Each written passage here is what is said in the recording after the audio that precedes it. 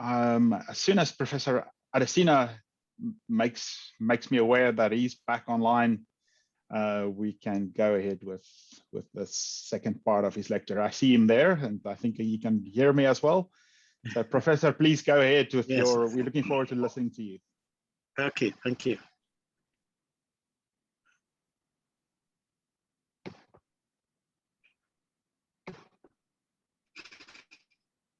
Okay, so thank you very much. This time around, I'm going to look at engaging with African realities. And the way I'm going to do it is to look at the concept of engaged research. This is a research that creates and disseminates knowledge and creative expression with the goal of contributing to the discipline and strengthening the well-being of society. Nowadays, we vacillate between engaged research and research for research's sake, to say, oh, I'm a researcher, and people ask you, oh, so what do you do? So you engage in basic research.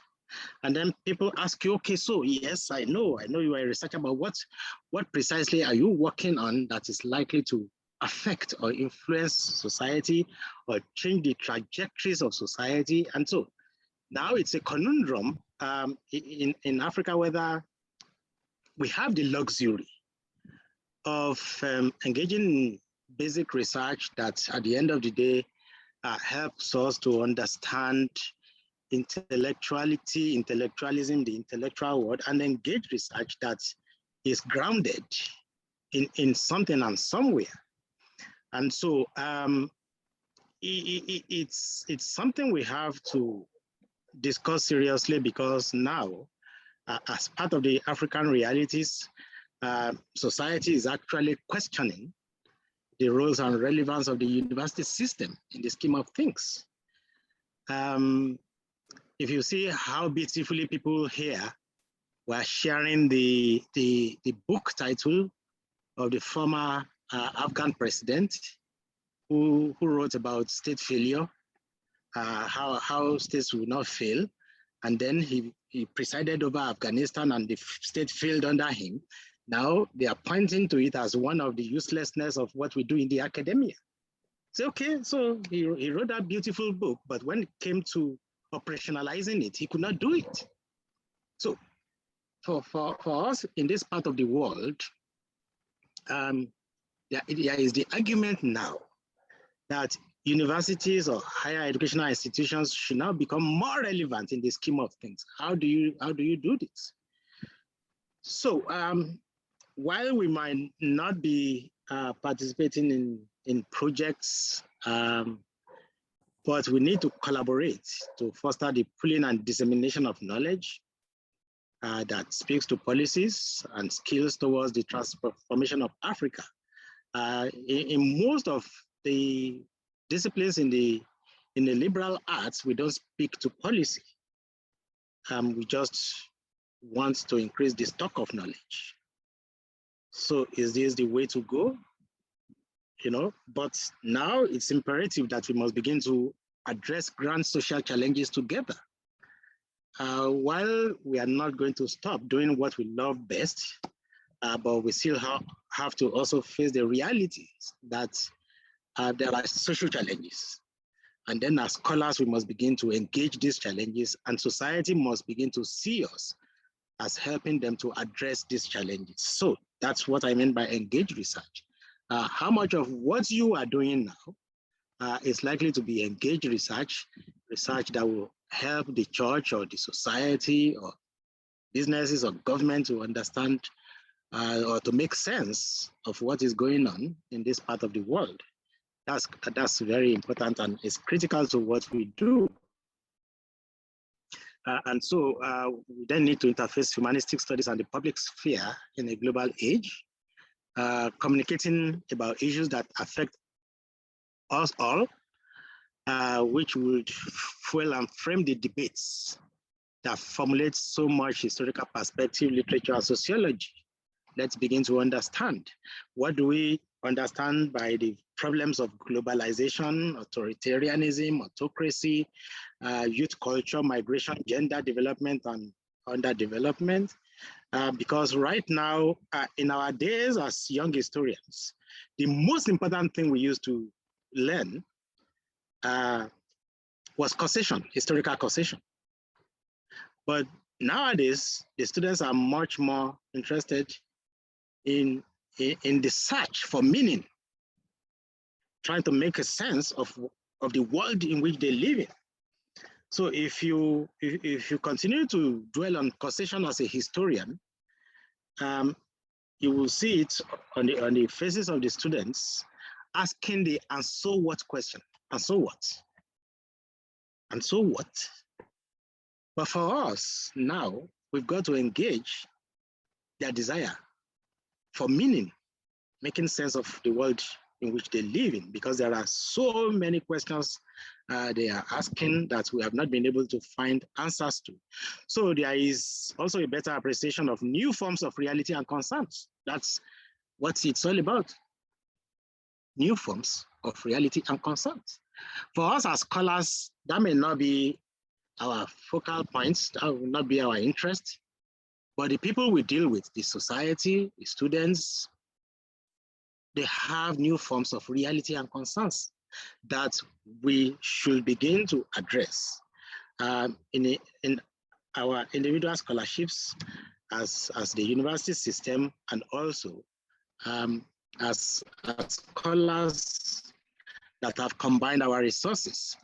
So this now has created a small dichotomy between basic research and researches with people and society focus. It's something that is out there, unless you don't know it, or unless you don't see it, you know. And so for Europe, for America, that's might not be a problem, you know. And that's why we say, well, engaging our realities as part of our scholarship is also necessary for us to increase not only the stock of knowledge, but also to make sure that society becomes better in this regard. So, interdisciplinarity, why is it then necessary? Knowing that knowledge is organized into disciplines. But we must begin to understand now that we should reorganize knowledge into new alliances and configurations. It is imperative. It is very important. You know, there will be new alliances and configurations. In many cases, all ways of thinking have come to be seen as stale, irrelevant, inflexible, or exclusionary. You talk over and above the head of the people. You say, well, we don't know what you are talking about, you know, because there are new realities out there that have moved beyond what you do. So interdisciplinary study is the most underthought critical, pedagogical, and institutional concept in the modern academy. I accept that position by Liu, simply because we have moved into our cocoons. We have remained in our intellectual silos, and so we have not been able to engage, which is part of the problem we have as scholars. So if I then speak as a historian, speaking to you to understand the tool that is available in my field for what you do, so that we engage scholarships interdisciplinarily, and we also engage society. That's significant. Well, I have gone through Google to see what society wants. I have used my own publications as an example within my discipline and with something that speaks to society. This is an old material, but when I did it, I discovered that those who consulted my first publication that spoke about revenue allocations and contradictions in Nigeria's federalism, I had 26 citations then. But the one that spoke directly to my field, to my discipline about history, I had only 6 citations. And that shows that, well, yes, for those of us in the academia, we'll read the materials and then move on. But for those who think there should be something in it more than for academic imputes, then of course, they are much more interested. I have also gone to the sociology to see the kind of scholarship that is out there trying to utilize materials we are producing. And from Professor Jegede's 1996 publication about culture-bound terminology in the interpretation of health and illness in the Yoruba community, he had 9 citations. But for the one that had to do with boycott of polio vaccination in Nigeria, he had 184 citations. So you begin to see that what we do is one, what society wants is another, what other scholars want is another. And so these are things we also have to think about. It might not necessarily be real that they are much more interested, but the figures before me shows that there is a move towards one that is socially engaging. And so in history, we have now tried to engage the past, engage the present, and create a delicate balance between the past and the present, and perhaps even the future. From Professor Lani's publications, you could see that while we talk about the past, we are also into globalization issues, which for past historians, this was a no-go area. But of course, now we have to understand the critical need to make sense of what is going on by the younger generation. And so we have moved into globalization, moved into child trafficking.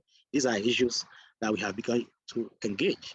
And so for me, looking at the delicate balance, it's important for us to understand that even in our teachings, while we have continued to pay allegiance to our old history topics, the desire by by students to know more about what is going on, like I said, to make sense of what is going on in the world, has also begun to force us to expand the coast of historical scholarship. While we have retained our History 101, African Civilizations to 1500, now the most important course in the department is History 403, that talks about development, concepts and realities in the third world. Now they are much more interested in that.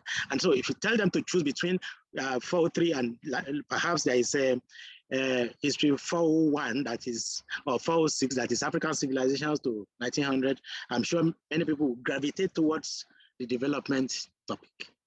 And so that begins to also show us that it's a new world out there. Yeah, we have to know about what went on in the past. So we are also careful to blend both together. And there is no way you also talk about development concepts and realities in the third world that you don't go back to African civilizations, slavery issues. And so there is no way you are also going to understand development at present without delving into history. So it's a delicate balance that we must continue to make so that the younger generation makes a sense of what is going on. So how do we then collaboratively engage advanced research, or engage research? We need to advance this scholarship by retooling our methodologies, understanding new epistemologies. And I've given you the example of history of development, which was not part of our program before, but now is a very important part of the program. We must take cognizance of generational shifts, desires, and expectations. Perhaps that also could affect the way you engage in research. Don't assume that, oh, well, you must speak with elderly people alone. The younger people have nothing to contribute. They have their own ideas. They have their own reasons. They have their own desires. And so don't think that they are not significant in the field as we go out in the field, although we always have more interest in the elderly ones.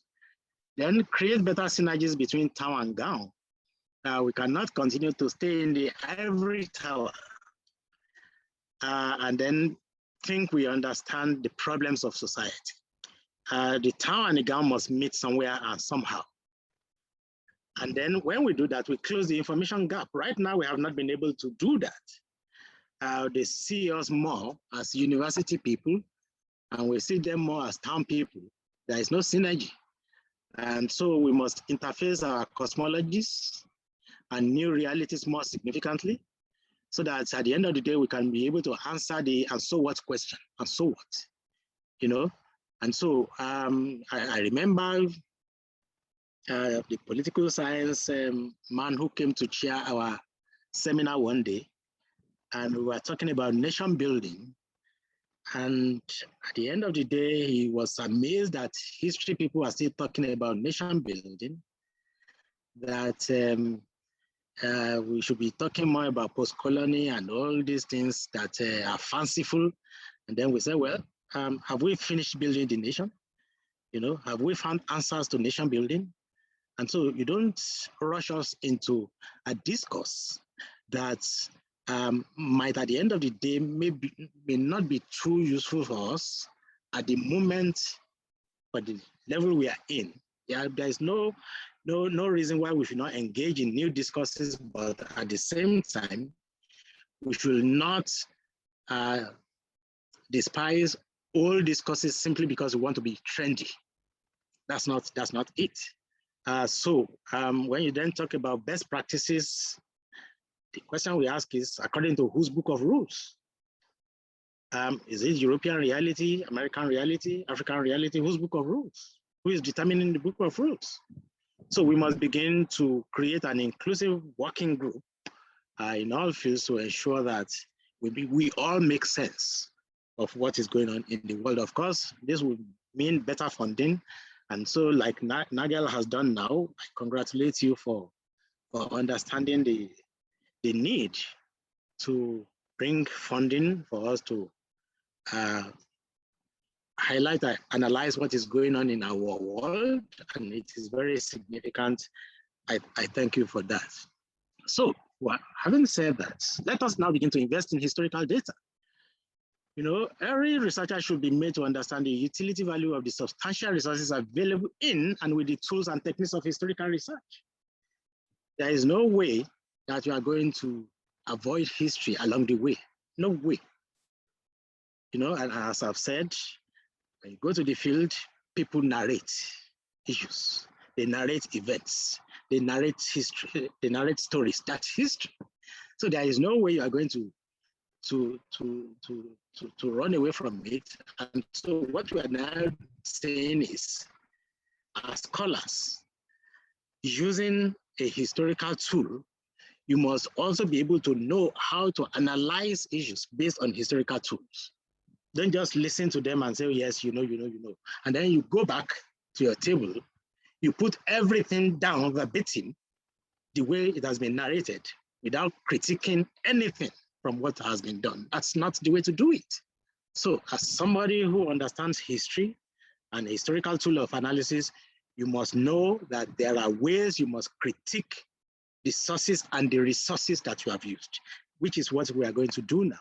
And so, yes, African societies are distinct, but they also have a lot in common. So you are also able to do a comparative analysis, which gives your work a strength that makes it more important. So know that.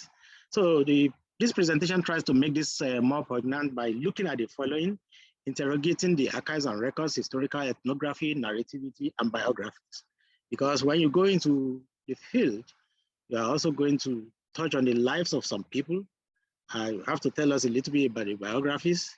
You also have to read biographies by people who had gone on in the past, either biographies or autobiographies, to also help you in the kind of work you are doing. How do you begin to highlight the issues in such biographies? What is a good biography? What is hagiography? What is a tendentious biography? These are issues that you must begin to understand how to navigate this. So let us look at interrogating the archives and records. Well, archives are not for archivists and historians alone. They are not for archivists and historians alone. So what am I going to do, especially when you have to deal with moldy documents, dusty documents, brittle documents? So it's for the dead. Or you'll be amazed. There is an obvious transition from the pragmatic to the post-structuralist in matters relating to history and the use of archives. You know, we now have a kind of contradiction to say, well, those documents you have in the archives have been pre-selected, and so we are not likely to benefit more from it. So people are now moving towards the post-structuralist conception of the archives to say, well, yeah, whatever we call the archives is the archives. You know, and of course, you are also going to be archival makers. You're going to create archives. You're going to give us documents at the end of the day. And so, yeah, you are going to also determine what becomes archives in your field. So pragmatic archives talks about material specifically collected for the purpose of preserving history and housed in a distinct location. How many of you have tried to enter any of these archives? Whether the government archives or the religious institution archives or private archives, they are there all over the place. And that's why the question of how long do I stay in the field becomes more interesting, because you begin to also move from one archive to the other until you get what you are looking for. Yeah, the university system is saying, oh, well, you must do your PhD in 3 years. Well, good, that's fine, but it's a cross between deep research and time-bound research. I had a student 3 or 4 years ago, when the department brought out the submission date for their MA project, he came to me and said, sir, I have not satisfied myself on this project. I need more time. The other submitted, he went back to the field, conducted robust research, and at the end of the day, when he came back with what he did, I discovered that, well, he perhaps belonged sentimentally to the older generation. So, deep research. But now we have a cross between the hippopotamus generation and the cheetah generation. The cheetah generation wants to do things in such a fast way that you as the supervisor, you are also left confused. And at the end of the day, you even become the bad man, especially when others are submitting. And then you say, no, well, you still have to conduct more research. And then he looks at you as if something should kill you on the spot. You know, but what can we do? It's the way we have done the system now that we relate with. So post-structuralists look at archives as a complex system of embedded rules that determines the production of knowledge. So they actually don't agree with the pragmatic approach of the historians to say, look, for historians, the documents are selected. It's a technique of colonial rule to preserve something that will suppress information about others. You know, there's a complete lack of transparency and accountability. Basically, the absence of a functioning bureaucratic system. So there appears to be a troubled relationship between the practice of history and the current of post-structuralism, but you are still free, depending on what you are working on, to adopt either of the two. And so now we have the rise of post-structuralism and digital archives. The digital archives has become very important in what we do. And so you also have to leverage on that to increase the stock of knowledge and the capacities you are bringing to your research. So the typologies of archives we are dealing with range from corporate archives to government archives to individual private archives, religious institutions, and of course the archives of memory. People always forget this. So you think, oh, well, the archives has to be placed somewhere, or But of course, for us in Africa, talking about African reality, we talk about the griots, the elders, the music, and a lot of things, the proverbs. These have become archives of memory that we always leverage. For the average European, it doesn't need the proverbs, you know, although, well, they might not see it, they have it, but they might not see it as a tool of historical analysis to say it's not important, it's not significant. But I always give my friends an English proverb that says, a friend in power is a friend lost. So I said, okay, so now you understand what this means for your relationship with your former friends, you know, and yet we must leverage on this to understand relationships, advances in society, change and continuity in society. The proverbs are very significant. And so, well, these are the kind of archives and the kind of materials located in them. So the guidelines, you must always understand the guidelines for using these archives. Do your homework before going to the archives. There must be background reading. There are so many documents, so many materials, but do your background reading on the topic you are working on so that at the end of the day, you don't get a culture shock when you get to the archives. At the University of Ibadan National Archives, they no longer allow researchers to come into the archives with their pens or biros. This is because we have begun to see disagreements between the researcher and the old documents. If the colonial administrators say, oh, the Yorubas are pagan, you find the researchers making comments by saying, this is not true, you know? But if it's done with pencils, okay, archivists would, of course, remove it. But now we have so many of the documents that our young scholars have disagreed with, and they have made known there's disagreements on the original documents. So, but if you are in a position to understand that those who created the archives or archival documents created it for a purpose, then you begin to understand the nuances, then the disagreements will become less intolerable for you. And then, of course, when you go into the archives, there are certain things you also come across. One of the reasons why you should go to the archives. Do omnibus research beyond your main focus. You take notes, and the way you do it is you begin to come across future projects, future information that might be relevant to what you are likely to do in future. So note it that, yes, this is something that is interesting, but it's really not now the focus of what I'm currently doing. Of course, develop a narrative around the data.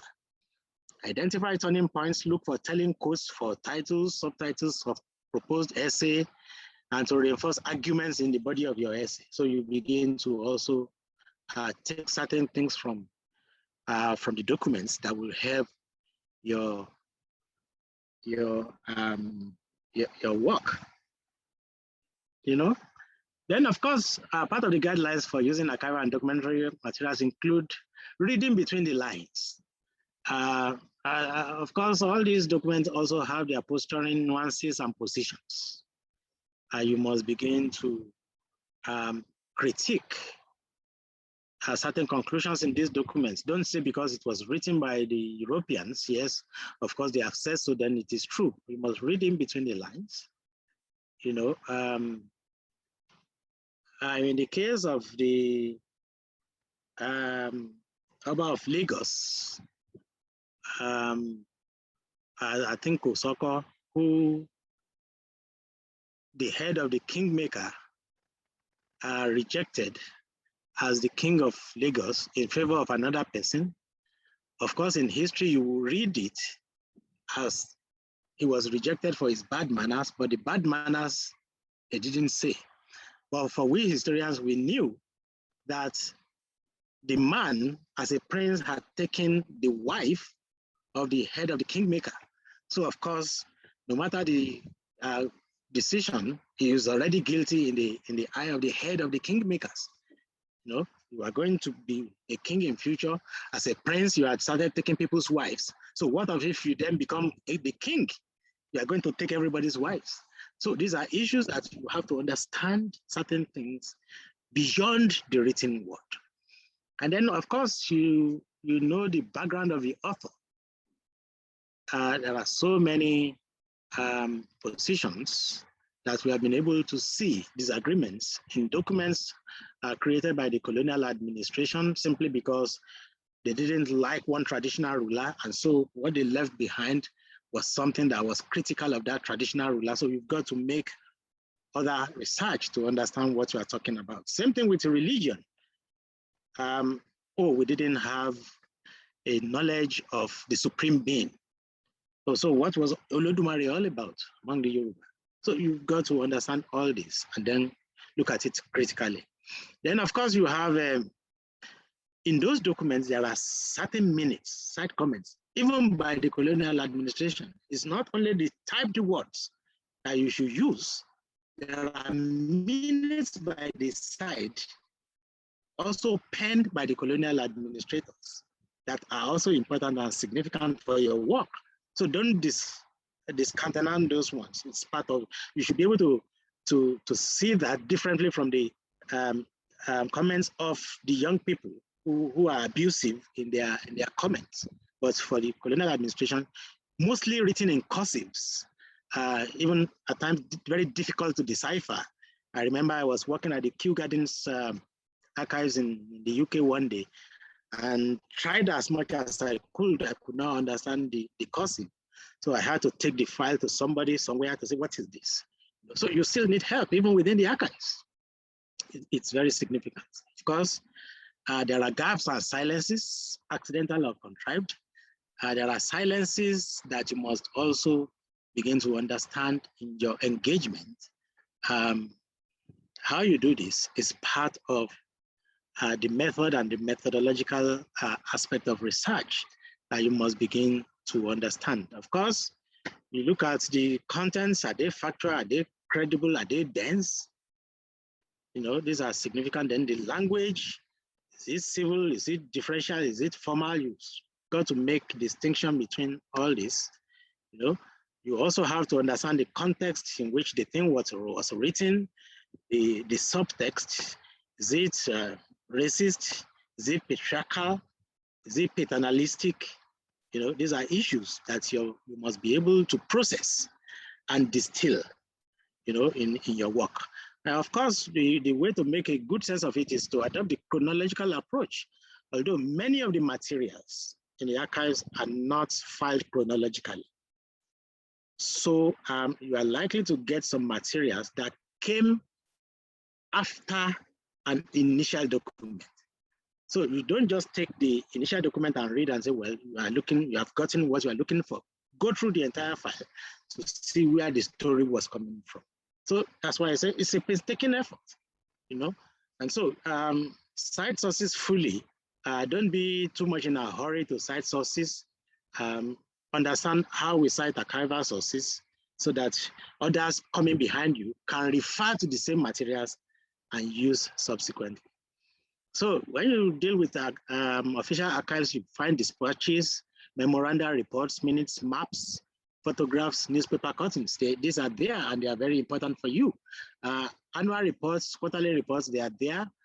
Intelligence reports allows you to see what the colonial administration had written down about the societies in which you are working on. So don't tell us, oh, we don't have materials on this. There are materials based on intelligence reports, usually of local communities written by the colonial people. And then, of course, there are gazettes. There are official gazettes about what you are working on. Blue books, legislative records, Hansard's debates, and governor's addresses. These are very important materials for whatever you are working on. What was the government's position on religion, for instance? What was the kind of debates that went on about Sharia, for instance? These are in the Hansards. These are very important for you. I've said intelligence reports left behind will give you materials invaluable for historians, anthropologists, sociologists, and every other kind of scholar. So it's very important. You are likely to come across this intelligence report this way, well laid out, very significant, but consult a couple to ensure that you understand the context in which you are working. Of course, this is ethnographical, it's part of the intelligence report, ethnographical and linguistic with trades, aid, and trades and occupation. So these are some of the things you are going to look at. You find information on religion, on sociology, on state formation, everything in those things. So these are the kind of things you are going to see. You know, it's very significant. Don't think that, oh no, it's only for historians. You are going to find them useful. There are individual and private archives. For us in Ibadan, we have two principal ones. Here, if you are working on UNESCO and other materials, you are likely to find materials on education here. Ogusha archives will give you materials on labor relations in Nigeria. Then I worked on the JF Photojo materials in Abeokuta, and it's a rich trove of sociology, history, music, indigenous literature. It's very significant. And then we have to come to the conclusion that documents, while they are very significant, are not always foolproof. Don't always believe what you find in the written word. I'm sorry this one is not so clear, but what they are trying to show us here is that the Prince of Oyo is the one riding this horse, and they were happy to announce it. It was the newspaper article of 1919 that came first. And so if you use this material and you run away with that to say, well, the Alafin visited Lagos in 1919, so date, then of course you have committed a historical error, because a week later, there was a rejoinder by the same newspaper. It's a painstaking research. You don't take one material and believe, oh yes, I have it, I'm going. The same newspaper then announced, we regret that a picture which appeared in West Africa on January 25 was stated to be that of Alafin when he was still Aremo. The picture reproduced was that of Jekri Chief, who visited Lagos at the same time as the Alafin and was photographed on the same occasion. So you could see that all documents, archival documents, can also be as problematic as the documents of memory. They can also mislead. And that's why we are recommending that when you are conducting research, it must be painstaking, it must be focused, it must be well processed, so as not to create a situation in which you are going to mislead subsequent publishers. So when you then engage in field research, there is a concept of historical ethnography. What is historical ethnography and why is it important for our research endeavors? How do researchers leverage on historical ethnography for their research? And how do we generate a source for historical ethnographic materials? What examples of historical ethnographic materials are immediately available to us as researchers? And how reliable are some of these materials? It's still the same question. How reliable are some of these materials? You must always ask that question. And in asking that question, you also begin to then understand the need to go further afield to look for other materials to support what you are working for. You know, and so historical ethnography is an interdisciplinary inquiry method that intertwines the disciplines of history and anthropology. It builds on their shared interests in research and documentations. You know, it's a methodological approach that studies society and demands critical integration of ethnographic fieldwork, documentary perspectives, oral, linguistics, archaeological, ethnological, this is the study of characteristics of different peoples and the differences and relationships between them, and historical materials. That aspect is what I am recommending to all of you. There has to be a critical integration of ethnographic fieldwork, documentary perspectives, oral, linguistics, archaeological, ethnological, and historical materials. This gives you a better understanding of the entire process of research and what you are working on. So ethnography explores cultural phenomena from the point of view of the study of the subject. In other words, it is the systematic study and scientific description of peoples. So the need to incorporate indigenous or popular histories and viewpoints has been emphasized over time. So it's very important for you to also use popular histories, popular culture. That's very critical to what we do. And of course, it's also important to use cultural proofs in ethnography. These are designed to elicit information about the lives and thoughts of the indigenous people. Even though it started as a Western concept, but there is no way that we also would not use cultural proofs to understand the lives and thoughts of the people as part of what we do. So it's really very significant in this respect. Well, there are also artistic creations and symbols beyond the spoken and written words. Images, arts, and symbols have been veritable sources for our research. This must play significant roles in whatever we do. So don't restrict yourself to that alone. You could see rock carvings, rock paintings that shows us that at some point, such animals existed somewhere. This was a kind of animals that, even though they may be extinct, because this could not have been done on the rock if the animals did not exist either directly in that society or in the periphery. So these are very significant for our understanding of what went on in the past. And of course, indigenous thought and oral tradition have become very significant. That's part of our reality. For Europe, it may not be significant. For America, it may not be, but as Africans, indigenous thoughts and oral tradition are very important. I have given you an example of how not to understand indigenous thoughts. I got this from the WhatsApp. It was a criticism of one of the important Yoruba wise sayings.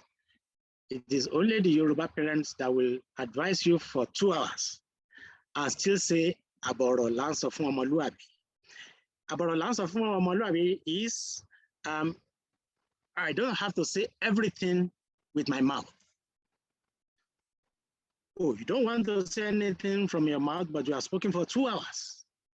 And so the person criticizing that saying, he say, okay, if you want to speak to me in a very short manner, why then speak for 2 hours? But that's different from the understanding of what it is all about.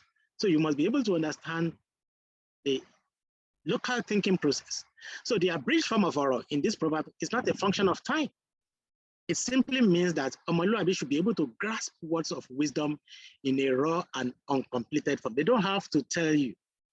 In those days when our mothers used to take us out, if she didn't want you to eat somewhere, and of course they place the food in front of you, there is a way in which you must be able to read her body language. She didn't have to verbalize it to say, no, you can't eat it, because of the sensibilities of the host. But there is a way in which she shakes her legs that you know that it's a no-no. But the way she looks at you or looks at the food or ignores your questions that you know. So these are some of the things that must be thoroughly analyzed when you work in the field among the Africans. So oral tradition as a source of history is also very significant. Oral tradition is critical to the reconstruction of the African past. The Ibadan School of History became very adept at this, and so it became one of the tools that we use in reconstructing African history. Kenneth Dike, who was one of the leading Africanists of the time, actually used this to write his famous books in African history. So, but we also have to tell you that not all sources are credible. Not all sources are credible. So you've got to understand how to sift the wheat from the chaff. So the oral tradition gives you a whole lot of information: kingship, theocracy, gender relations, state formations.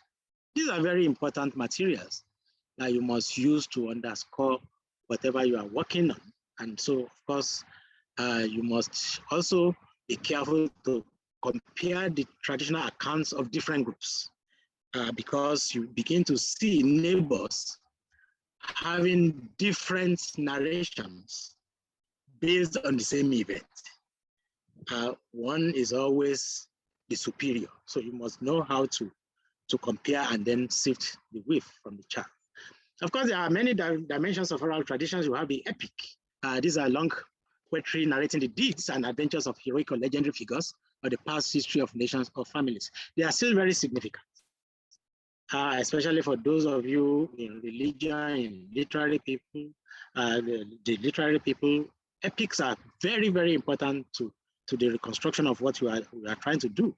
And of course, we all know the Epic of Sundiata, which is very, very important in the history of Mali, and has remained till today one of the significant tools for the reconstruction of that period in Malian history. Almost every society has it. And so it's very important for us to begin to mine this for information. Well, this is another example of, this is an epic. I hope I will be able to play it to show you how this runs. Although this was used in a play, but it gives us an example of how epics contribute to scholarship, Huh?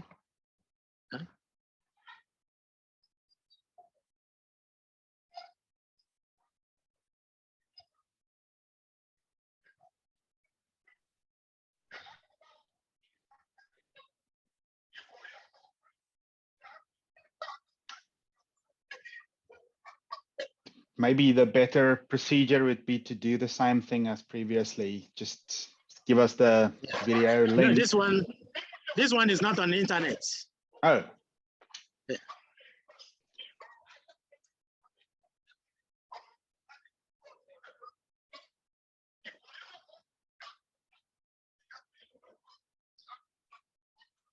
So basically what the people were trying to do was telling him the history of his family. And then, of course, he became impressed with what they were saying about his family, whether right or wrong, whether true or not. And of course, it's sometimes used to elicit goodwill from rich people. And so you must be able to also sift the truth from the untruth. And then, of course, there are reenactments. When you go out for festivals, there are festivals of reenactments that tells you the stories of societies. And then, of course, there are place names, and names of places give an indication of how a society had gotten to the level that it is in today. Then, of course, there are griots, transmitters of tradition. These are very important people that you must also speak with, and then listen to them, benefit from what they are trying to share with you. And so there are also initiation rites. During initiation rites, people are taught the histories of their people, of their societies. So you can always leverage on that especially those of you in religion, to understand what went on in society. And they still have it. Some of these initiation rites are still going on. Then, of course, there are secret societies. In the history of Anglicanism in Nigeria, you found some of their reverend gentlemen remaining Anglican priests, as well as belonging to indigenous Yoruba secret societies. How did this play out? What were the consequences? These are issues that you should also understand. And so We also have court music. Court music have continued to play significant roles in the reclassification and understanding of society. There is, among the Yoruba, there is a drum known as Bedu. Once the Bedu sounds, they don't have to tell you the king is dead. So there are different kinds of drums that serve different purposes. You also have to understand all this within the context of what you are working on. Well, the weakness of oral tradition, we all know. There is telescoping, there is magnifying, there is distortion.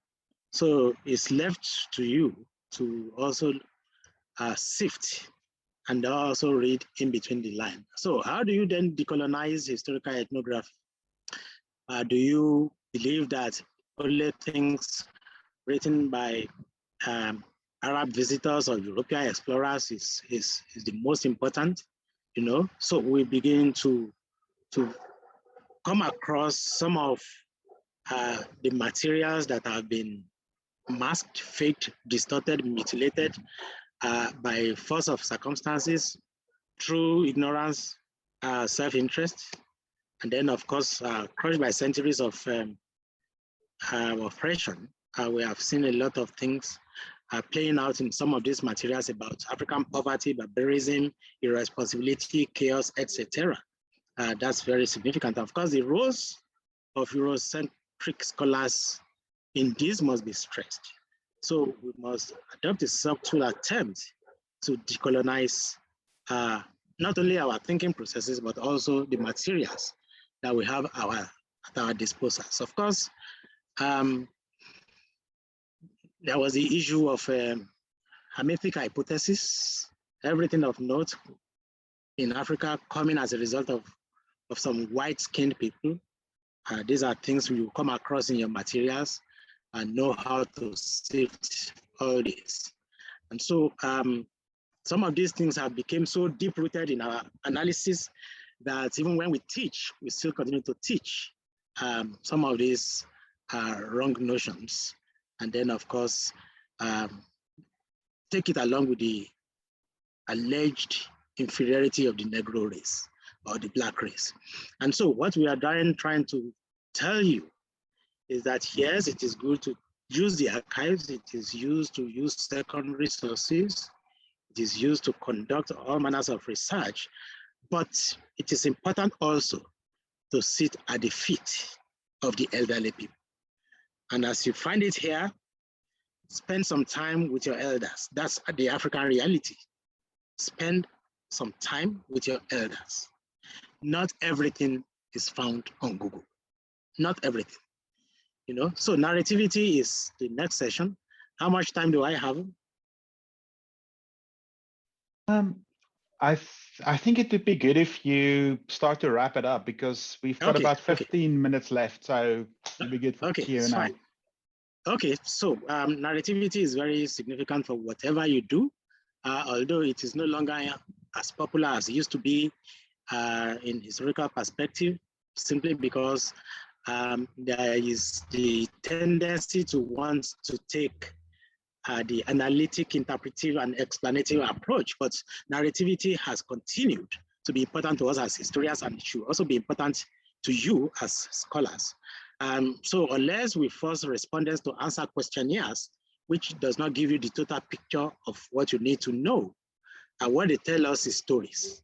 So when they tell you the stories, then of course you must analyze the stories, you must interpret the stories, and you must explain the stories. So there's no way you run away from narrativity. There's no way you run away from this significant historical tool. And then of course, biographies in history and stories in biographies. You are going to find biographies very important, very interesting. It's going to help you in your work. I have done a couple in my lifetime, and I can tell you it's very important, very significant. A biography can embrace a little of everything, what you are looking for. So use biographies, and then of course you can also contribute to biographical studies by looking at the biographies of the people you are working on or you are relating with we are also going to bring something significant out. So I've gone into the field and I can use personal experiences in the genre to instruct your field research in this way. I have done a research and I had met with a woman who explained a lot of things to me. But of course, there are always sanitized aspects of history. When it is sanitized, you find a lot of loopholes. When you conduct interviews and there is a narration, of course, you have to look out for loopholes that you are going to fill elsewhere. So when I then went elsewhere, they gave me information which she did not give me. And so I went back to her to say, oh, but in your narrations, you didn't tell me this. She doesn't say, who told you? And then mentioned the person who told me. She said, the man is wicked. And that's why I gave this the title of the work, simply because she hid something that somebody else revealed. So don't always take the information from only one person as the gospel truth. So conducting your field research, dominate your research field and endeavor. Don't allow people to interject when you are interviewing. And so as the man or woman is talking, somebody says, no, that's not the way. Allow the person to finish his own narrative. The other person interjecting narrative is different. You can talk to that person later. You can also follow up your own research environment through lack of good conduct, or even leading questions can be problematic. I have been on field one day and somebody slipped a question into my hand to say I should ask the man. I read the question and then discovered that if I read the question, that was the end of my session with the man. So dominate your environment, dominate your interview, dominate your research, or else you are going to get a hostile reaction that one might lead to an abrupt end of your research, or the person might start telling you fables, and that's not in your favor. I thank you for your attention. Thank you so much for your lecture. That was really brilliant. So let's give a hand to Prof. Adesina. And people are cheering and clapping. So thank you so much for that. We've got about 10 minutes or so for questions and comments. I noted already in the chat there are some comments, and you can also just look there, Prof. Adesina, for the comments that's been given. If there are any questions, please raise your hand or post them in the chat, and then we can convey them.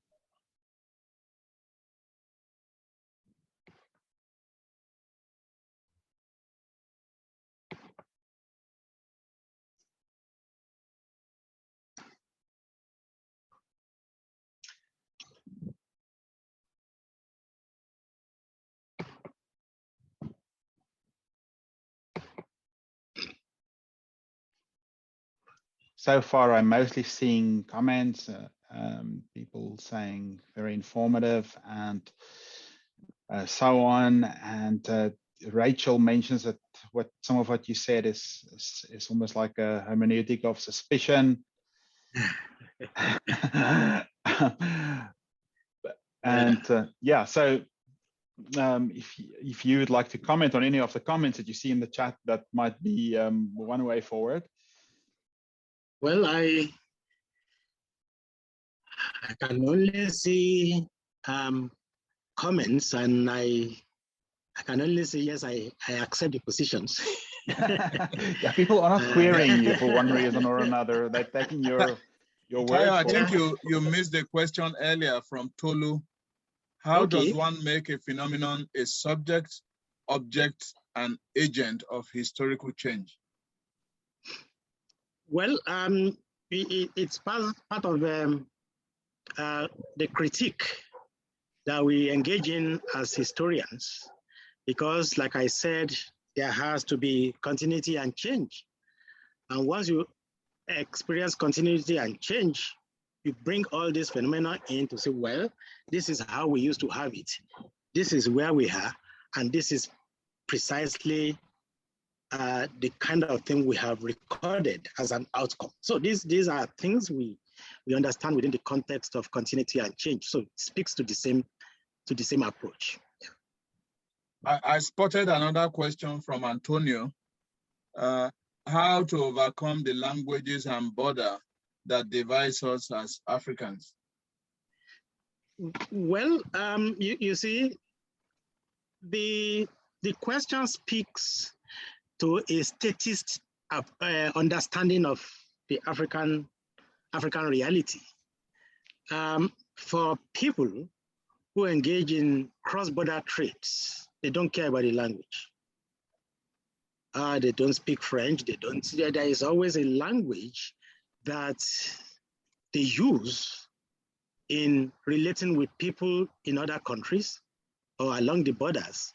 It's only the state that tries to divide us into French Francophone speaking countries, Anglophone speaking countries, but the people themselves have their own way of navigating all this. So I don't see the borders as dividing us. It's a simple marker that tries to show where one country ends and where another begins. But when it comes to, and that's why I call it a statist approach, but when it comes to the people, they don't mind all this. They relate with people from different parts. We have Yoruba traders going to Benin Republic who don't speak French, going as far as Ivory Coast. But of course, they navigate their ways through. And for East Africa, for instance, we have Swahili. They have that cementing them with Central Africa, which is fine. But we cannot continue to dwell on the differences in language as something that divides us. No, the world has gone beyond that. There are several questions in the chat now. So let me just read one for you. This is quite a long question. Okay. This is from Setargio Canal, who is asking about the issue of interdisciplinarity.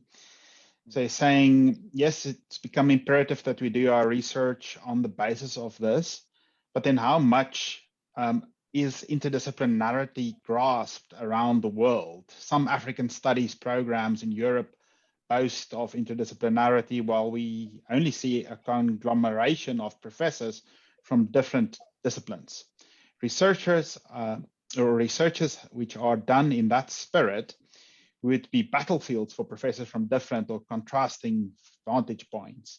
For example, while the historian looks for archival information, the cultural anthropologist demands the research short of ethnographic data. So we see people attack from one discipline's point of view. So it's about this competition, I think, between disciplines that he's really asking about. Well, not only competition, but also dominance. Yeah. Yeah, so it's, well, there has to be mutual understanding. In schools of African studies abroad, we see this competition has led to a kind of unhealthy rivalry that is not helping the cause of African studies. But that does not mean that that should end the relationship. And for us in Africa, it might even be more significant for us to attempt to create a better understanding of what we needed to do, and then get to it. For a place like Europe or America, which has a lot of funding, that can also create a competitive trend. But for us here, we also need to understand that we are in this together. And so to make our work also more significant, we have to relate with each other, and then of course, cooperate in our research endeavors. So one thing I always love to say is that no two historical situations are the same. The fact that that is happening in the West does not mean it's going to happen here. No two historical situations are the same. So let's leverage on our experiences, our needs, our desires to also create a new rapprochement, a new understanding of what we have to attend to. So I don't see that as a big problem for us in Africa. Yeah. There are more. I think what I'll do is I'm going to read a number of questions to you. and then you respond as you see fit. But let's just read through the questions and keep things in time. So one question from Felix in Malawi is, are there any particular decolonizing theories or approaches that you have in mind in the historical process? That's one question. Then Samuel is asking whether, he said you alluded a couple of times to scenes of food and parents forbidding children to serve. Will you elaborate on the relationship between food and history? Then maybe just one more before we leave it over to you is from Rachel. At my university, we often, I think this is a comment. She's talking about a course on gender and development. But one question from Tolu, I think an important one here, does grounded theory have a place in historical research? So let me leave you, I think those are three questions then. One about decolonizing approaches, one about historical research, and one about the relation between food and history. Okay, thank you very much. Well, are there any decolonizing theories? Of course, yes, there are decolonizing theories, but normally we get this from the social sciences, because in history, we don't actually create theories. We only refer to them as tools of analysis rather than tools that will raise our research from the start up initial. One of the things we have continued to say about history in this part of the world is that, well, theory is not one of our strong points. And so whatever theory we are going to use, we borrow from the social sciences. And so, yeah, it's important in that regard. So that goes for theories in history. Each subfield of history utilizes a theory that it finds important. For a theory in nation building, of course, is going to be different from the theories of economic history. And so we have as many as possible that we can borrow from the social sciences. And so, well, I don't understand the one on gender and food and history. I think that's more a comment. Okay. Then food and history. What's the question on food and history? Well, let me get back to that question myself. Yeah. But perhaps since we're almost out of time, I think let's in any case, you can reflect on that, and maybe Samuel can engage with you directly about that. Okay. What he has. Yes. Let me just react to the one by Joel Carpenter. Right. There are ways to preserve anonymity of subjects in communicating with the general public, while carefully documenting who is being interviewed, when and where, for the inspection of individual scholars with a need to know and a responsibility to authenticate one's work. Right? That's a significant position, but it's also taking us on the path of sanitized research, because what we used to do in the past was to leverage on sources and resources that were available in the past as starting point to say, well, I read about your comments in a thesis, and at the end of the day, because we all assume that when we say anonymous, we will always find the writer of the thesis. That's not the situation. But if you give me a thesis and you say, Adesina Olutayo interviewed so date in Lagos, okay, we begin to make sense of it. But when you then make it too anonymous, well, I can always say, it's the way of the new world. What can we do? Thank you. Joel, do you want to ask a follow-up question? Sure. So, Professor, though, as historians, most of the people that we deal with are dead. And we don't have to worry about them getting embarrassed or attacked by contemporaries. So we can feel free to use their names without feeling any sort of ethical burden in most cases. No, right? Not necessarily. Not necessarily, because we still have oral tradition, oral sources. people who are still alive, and they don't mind.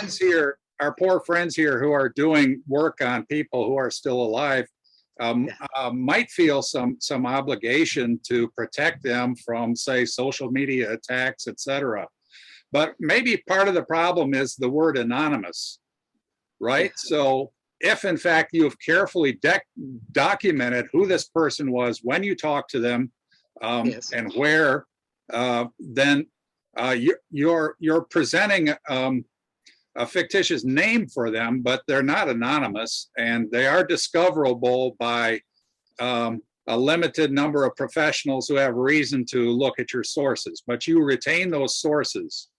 So I think there's a way for social science researchers to protect their subjects and encourage them to be frank, without and at the same time prove that this is not fiction. Well, that's where we need informed consent.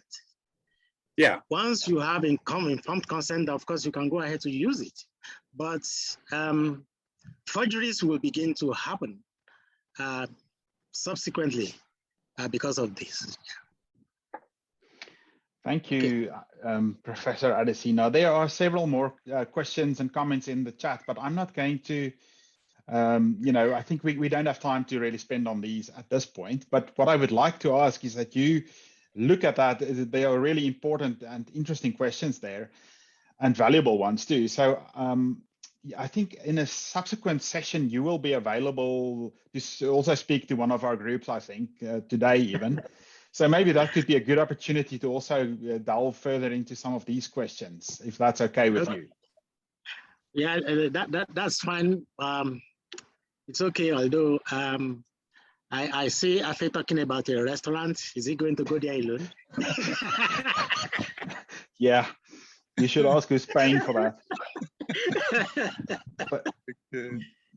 But no, thank you very much. We really appreciated this session, and I want to thank you once more. We can all applaud, and we look forward to engaging with you further. But I think for now we take a break.